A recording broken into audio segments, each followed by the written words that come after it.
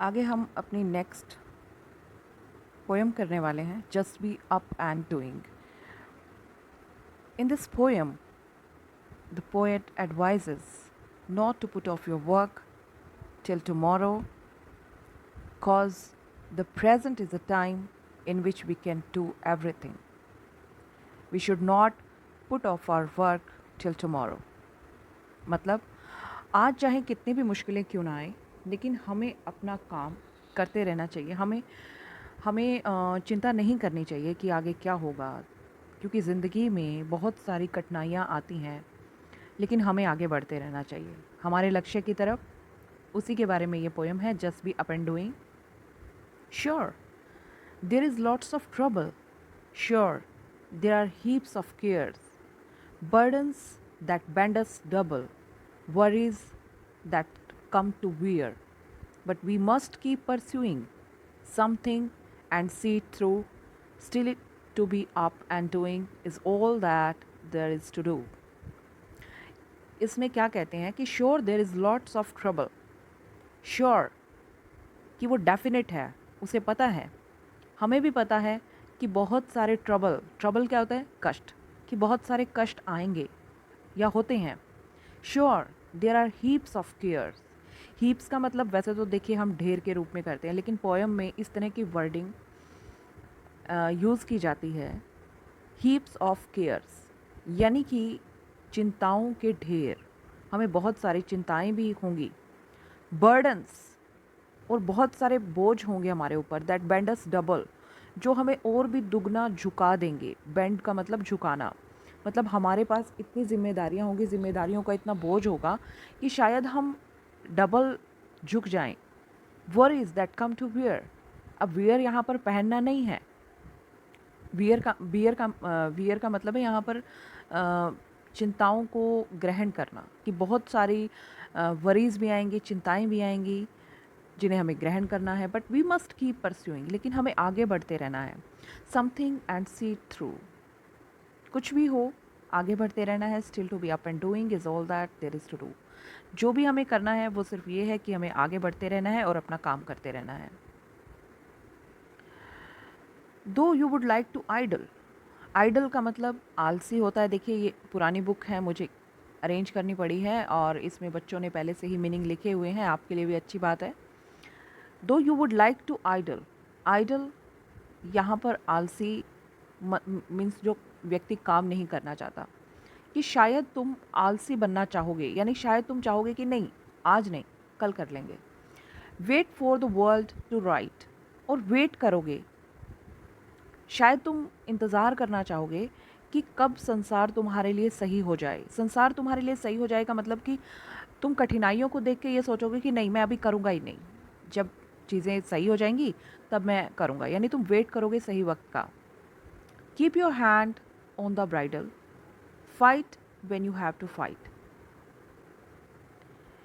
Keep your hand on the bridle, अपने हाथ को, ब्राइडल क्या होता है?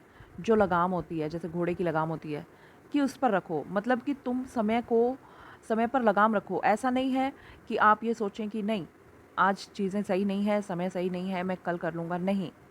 Keep your hand on the bridle, fight when you have to fight. लड़ो जब तुम्हें लड़ना हो।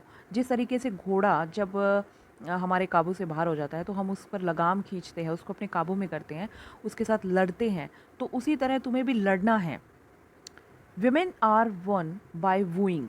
वूइंग का मतलब क्या होता है? मोहित करना, किसी को अपनी तरफ आकर्षित करना। कि जो वुमेन है, जो औरतें हैं, उनको हम जीत सकते हैं मोहित करके, यानी उनको हम अपनी तरफ आकर्षित करके उन्हें जीत सकते हैं। Fortune is one the same, और इसी तरह भाग्य को भी जीता जा सकता है। And to be up and doing is all there is to do the game. और बस चलते रहो और अपना काम करते रहो, यही इस गेम का रोल है।